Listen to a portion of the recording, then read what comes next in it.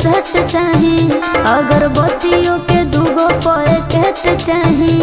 एक गुलाब वाला और एक जैस्मिन वाला, एक को मैं सुबह जलाऊंगी और एक को शाम जलाऊंगी, ठीक है। माई के सिंगार वाला सेट चाही, अगरबत्तियों के दूगो पैकेट चाही। ये लीजिए 10 रुपए और बाकी खाते में लिख दीजिए। अरे मैडम, तू जितना सामान कहबू हम उतना सामान देब, ओकरा खातिर हम भागल ना हई। लेकिन जदि उधारी के बात कैलू तब बुझ लिह हम संतोष पागल नहीं।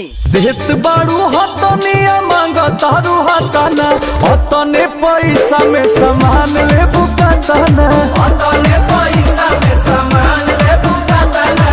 तू जानत हुआ कि हम ग्रेड ए पढ़ नहीं।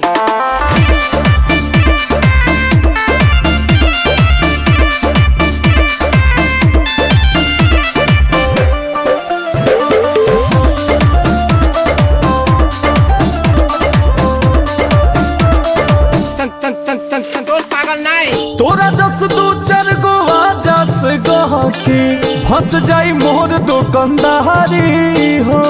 नगद लगा के चढ़बो पर शादी, खुश हो जाई है महतारी हो।